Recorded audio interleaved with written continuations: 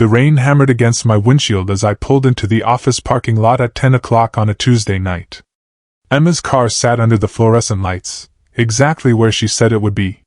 The third-floor windows glowed warm and yellow. I smiled, thinking about how hard she'd been working for that promotion. Then I saw it. Another car parked right beside hers. A black Mercedes I recognized instantly. Her boss's car. My hands tightened on the steering wheel. Through the rain-blurred glass, I could see movement in the windows above. Two silhouettes, standing close. Too close. My heart dropped into my stomach before my brain could catch up. The wipers kept sweeping back and forth, but I couldn't look away from those shapes moving together behind the tinted glass. One moment they were separate. The next, they merged into one shadow. I sat there for what felt like hours but was probably only minutes. My phone buzzed. A text from Emma. Still buried in reports, babe. Don't wait up. Love you. I stared at those words until they blurred. The lies felt heavier than the rain pounding my car. I wanted to storm upstairs and burst through that door. I wanted to scream and throw things and demand answers. But something stopped me. Maybe it was shock. Maybe it was the small voice in my head saying I needed proof, real proof, before I destroyed everything. I looked up at those windows again. The silhouettes had separated now. One moved toward what I knew was Emma's desk. The other disappeared deeper into the office. Then it hit me. The security cameras. Every hallway, every common area, motion activated and recording 24/7. I'd helped install them 2 years ago when the company upgraded their system. I still had administrator access from when I'd worked in their IT department before transferring to the branch across town. My hands shook as I pulled out my phone. The security app was still there, buried in a folder I never opened anymore. My finger hovered over the icon. Once I looked, I couldn't unknow what I'd see. Once I opened this door, there was no closing it. The rain seemed louder now, drowning out everything except my heartbeat. I pressed the icon. The login screen appeared, asking for my credentials. I drove home in a daze, barely remembering the route. Our house looked normal, ordinary, like nothing had changed. But everything had changed. I walked past the photos of us on the walls. Our wedding day. Last year's vacation to the mountains. Emma laughing, always laughing. I went straight to my office and locked the door. The security dashboard loaded on my computer screen. I typed in the date and time, then selected the third-floor camera. My cursor hovered over the playback button.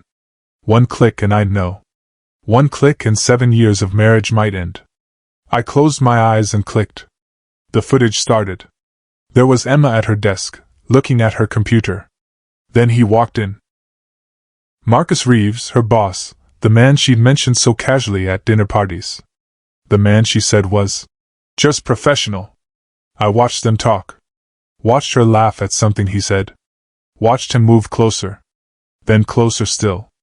His hand touched her shoulder. She didn't pull away. Instead, she reached up and placed her hand over his.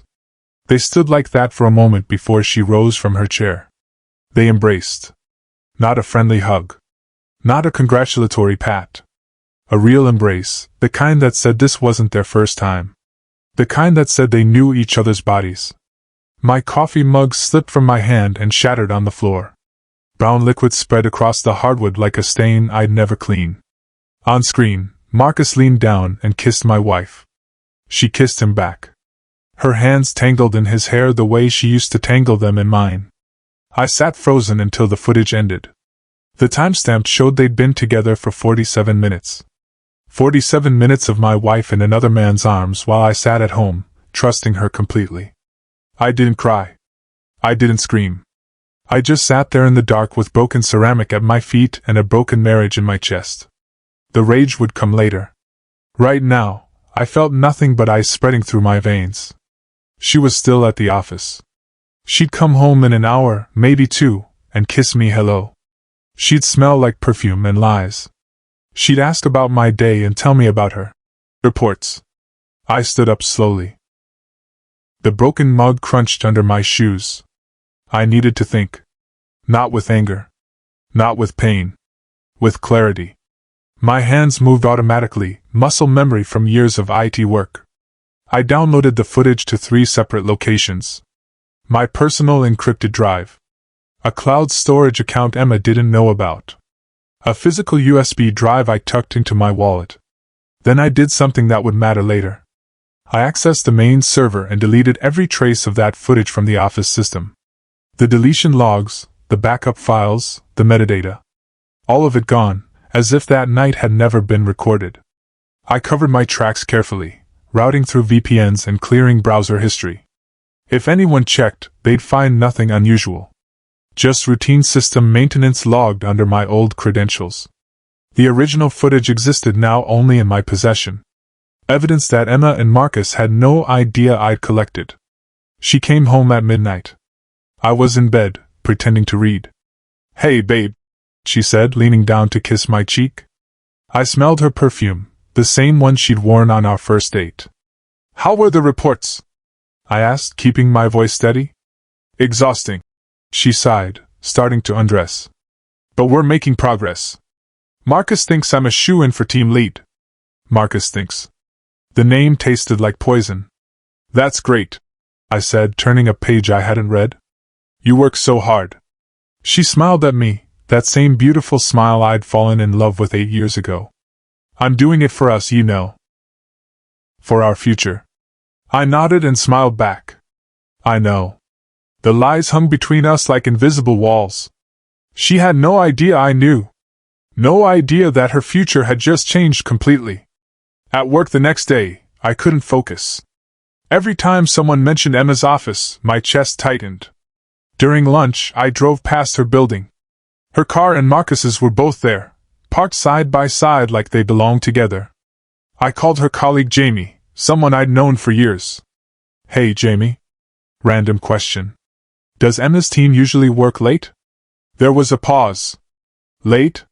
Not really. Marcus is strict about work-life balance. Most people are out by 6. My grip tightened on the phone. "Even on big projects?" "Even then." "Why? Is Emma working late?" "Yeah," I said carefully. She mentioned being there until 10 or 11 sometimes. Jamie laughed. "That's weird. I left at 6 yesterday, and the whole floor was dark. Maybe she's working from a conference room?" 2 weeks later, the announcement came. Emma burst through the door, practically glowing. "I got it.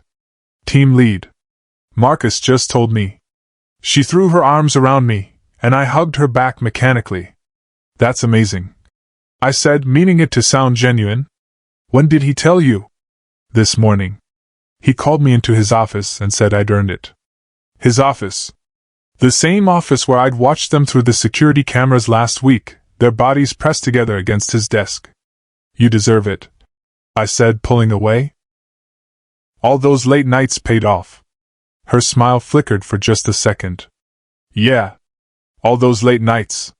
That evening, she celebrated with wine and takeout. I watched her across the table, laughing and planning her new role, and wondered who she really was. The woman I'd married or the stranger who lied so easily. I spent the weekend creating an anonymous email account. Untraceable, routed through foreign servers, the kind they taught us about in cybersecurity training. On Monday morning, I attached the footage to an email. The subject line was simple. HR investigation needed inappropriate relationship between manager and direct report. The body was professional, clinical. Attached is security footage showing Marcus Reeves and Emma Morgan engaging in an inappropriate relationship. As this violates company policy regarding managers and subordinates, I believe this requires immediate investigation. The timestamp showed this occurred during work hours, on company property. I reread it 5 times. Then I clicked send. The email disappeared into the digital void. There was no taking it back now. I just dropped a bomb into both their lives, and they had no idea it was coming. The first signs appeared on Wednesday. Emma came home pale, her hands shaking. "Something happened at work," she said, dropping her bag on the floor. "What's wrong?" I asked, playing concerned husband perfectly. "HR called me and Marcus in for questioning. Someone made a complaint." My heart raced, but I kept my face neutral. "A complaint about what?" They wouldn't say exactly. Just asked weird questions about our working relationship. If we'd ever been alone together outside meetings. If Marcus had shown me favoritism. She looked genuinely scared. Alex, I don't know what's going on, but I'm worried.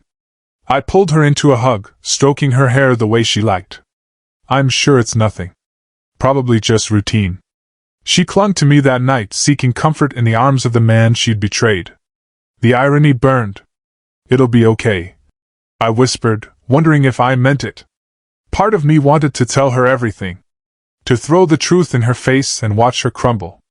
But the other part, the colder part, wanted to see this play out. Wanted her to feel the walls closing in, not knowing I was the one pushing them. Marcus looked terrified. She said against my chest. I've never seen him like that. Good, I thought. Let him be terrified. Let him lie awake wondering who saw them, who knew, who reported them. Let him feel what I'd felt watching that footage. Try to sleep, I said. It'll look better in the morning. But we both knew mornings didn't fix everything. Friday afternoon, Emma called me crying. Marcus resigned. What? Why? I don't know. He just cleared out his office and left.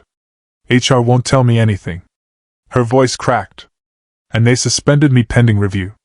Alex, I might lose my job. I sat in my car in the parking lot, phone pressed to my ear. Suspended? For what? They said there are allegations. That Marcus and I had an inappropriate relationship. There it was. The half-truth dressed up as confusion. Did you? I asked quietly. Silence stretched between us. It's complicated, she finally said. Not a denial. Not an apology. Just those two words that meant everything.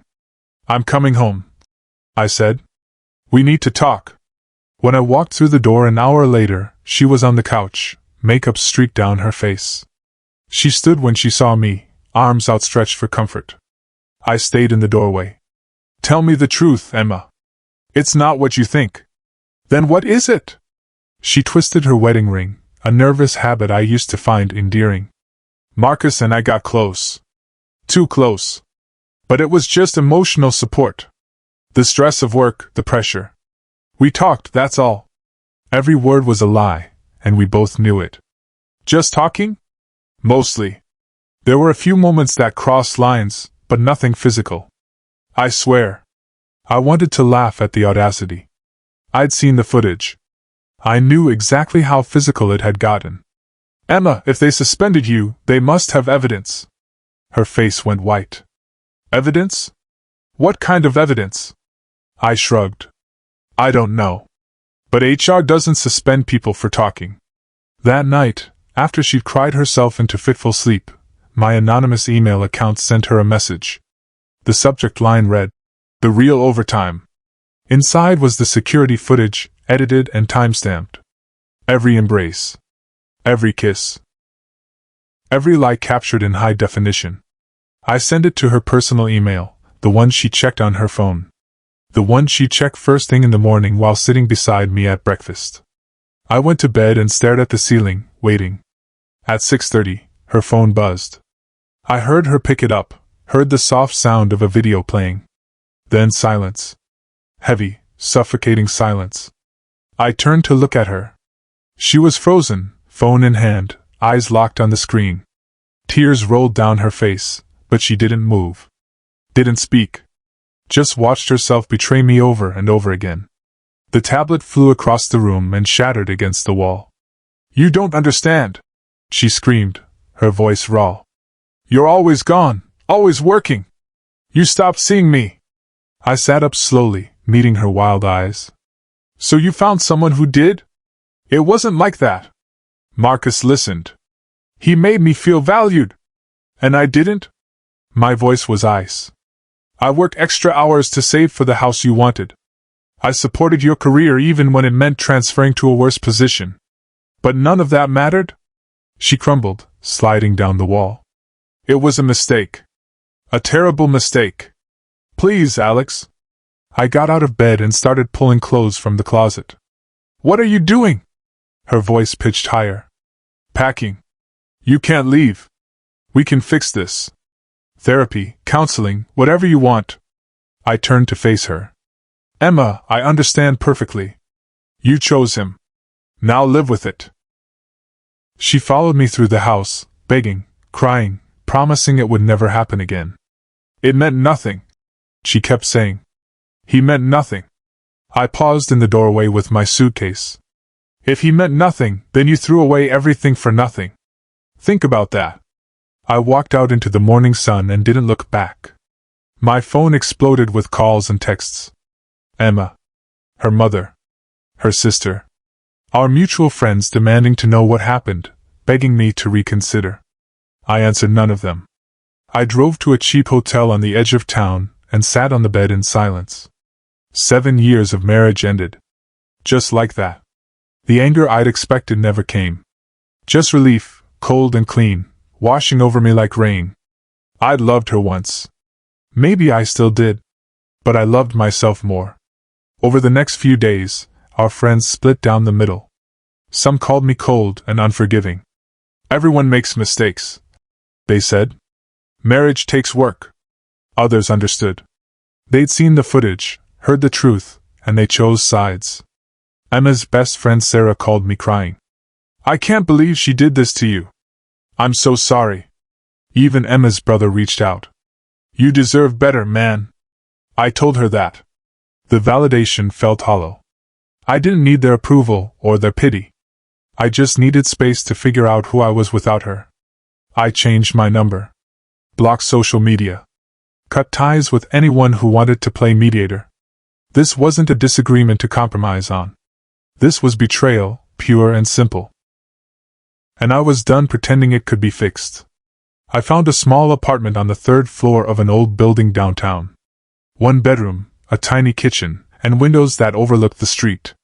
It smelled like fresh paint and possibility. I bought second-hand furniture and hung nothing on the walls. The emptiness felt right. Emma had texted from a new number. The house feels wrong without you. I deleted it without responding.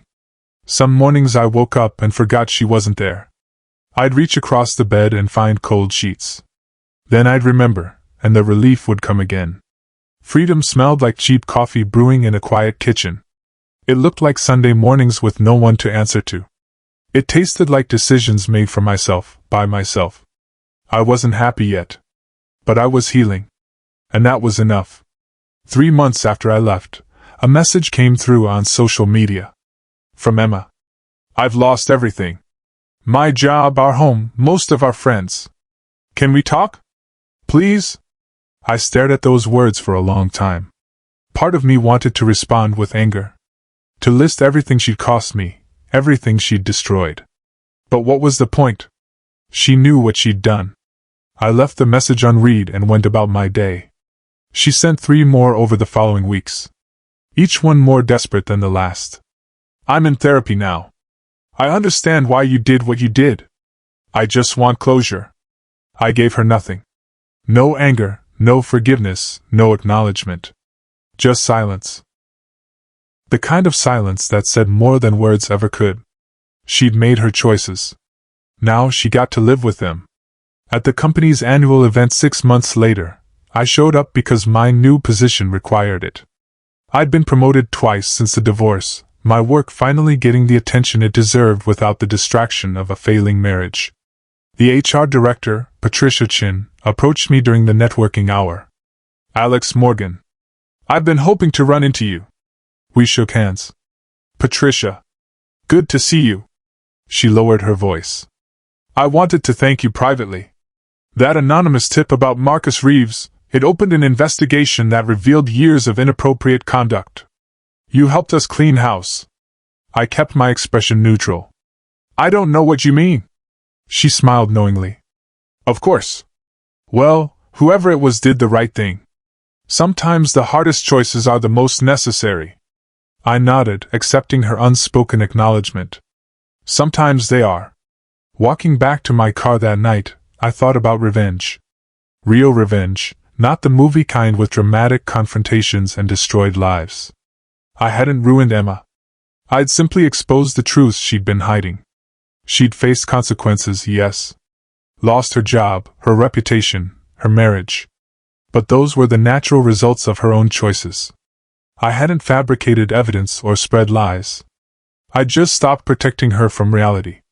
Marcus had resigned in disgrace, but he'd found work elsewhere. Emma had moved across the state for a fresh start. Life went on, messier and sadder, but it went on. I hadn't destroyed anyone. I just stopped being destroyed. There was a difference, a crucial one. And in that difference, I found something like peace. A year after everything ended, Emma called. Not texted, actually called. I answered, surprising myself. Alex. Her voice was different. Softer, more genuine. I'm in therapy. Real therapy, not just saying it. And my therapist suggested I call to apologize properly. Not to get you back, but because you deserve to hear it. I listened. I'm sorry for betraying you. For lying. For making you feel like you weren't enough when the problem was always me. You gave me everything, and I threw it away. I leaned against my kitchen counter. Thank you for saying that. Can I ask you something? Sure. Why didn't you just confront me that night? Why the footage, the HR report, all of it? I thought about that question. Because I needed the truth to be undeniable. For you, for everyone. I needed you to face real consequences, not just an angry husband you could manipulate or dismiss. She was quiet. Then, thank you for setting me free. I know that sounds strange, but exposing everything forced me to change. To actually look at myself. We talked for 20 more minutes. It wasn't forgiveness, not exactly. But it was closure. Real closure. I hope you find happiness, Emma. I really do. You too, Alex.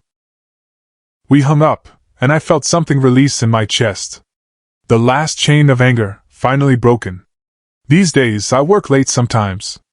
Actually late, on projects I care about, in an office where I'm valued and respected.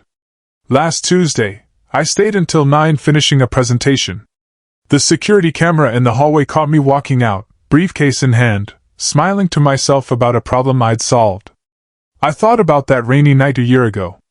About the man I was then, sitting in a dark parking lot, watching his world crumble. I barely recognize him now. The footage from that night still exists, backed up in 3 locations I'll probably never access again. It's evidence of betrayal, yes. But also evidence of survival. Of choosing myself when it mattered most. I don't regret any of it. Not the investigation, not the divorce, not the cold calculations that ended my marriage. Because on the other side of all that pain was freedom. And peace. And the knowledge that I'm strong enough to walk away from anything that makes me less than I am. The security camera blinks its red light at me as I lock my office. I wave at it, a small joke to myself. Some cameras capture destruction. Mine captured rebirth. And that makes all the difference.